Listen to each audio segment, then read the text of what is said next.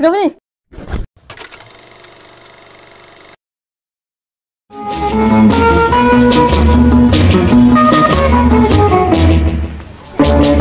Bunyi gitar, irama twist,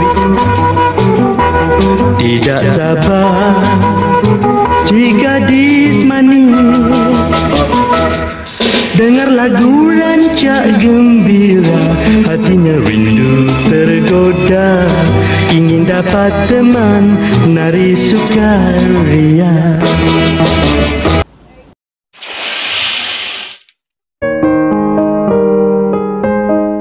Di sebuah acara yang berlangsung, dijemput tetamu terhormat untuk masuk ke dalam acara.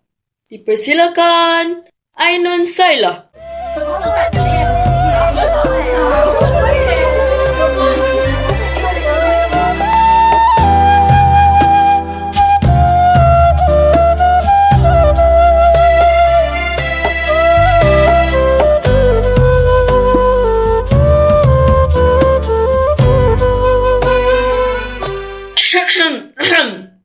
Dipersilakan tetamu jemputan Abdul Wahab, Abdul Wahib dan Abdul Wahub.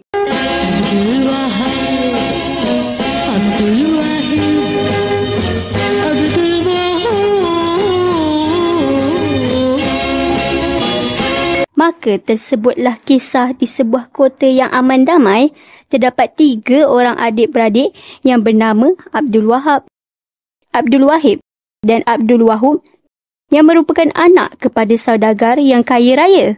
Selepas mewarisi harta dari kewafatan ayah mereka, ketiga beradik ini menjalankan kehidupan mereka dengan membuka kedai masing-masing.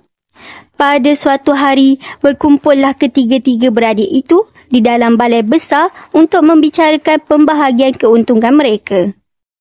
Hari ini akan kuberikan RM4,500,000 kepada Wahib sebagai bahagiannya. Wah, terima kasih. Berapa banyak pula yang Kekanda terima, wahai abangku Wahab? Oh, tidak banyak. Hanya RM5 juta sahaja. Oh, baiklah kalau begitu.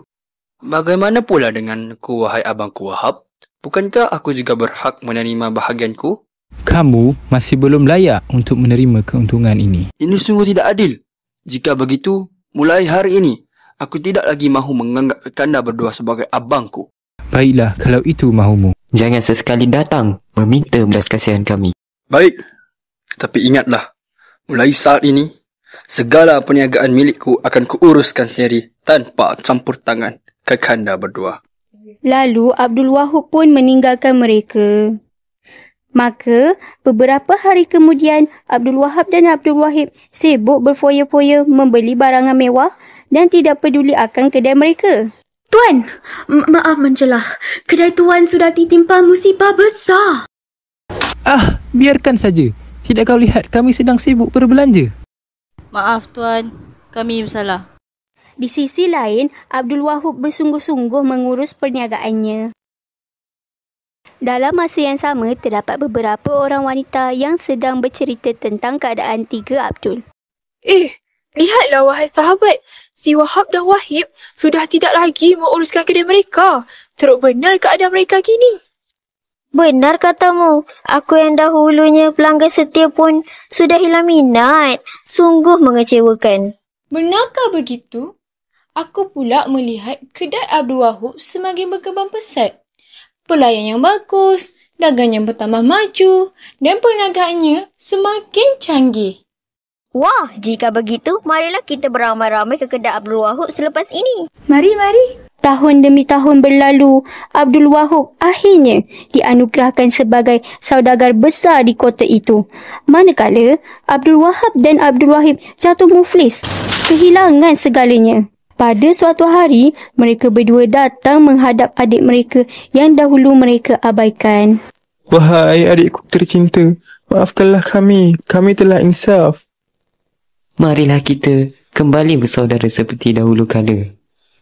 Sesungguhnya, aku sudah lama memaafkan Kekanda berdua. Ini ada sedikit sumbangan daripadaku untuk Kekanda. Gunakanlah dengan sebaiknya. Terima kasih adikku yang baik budi.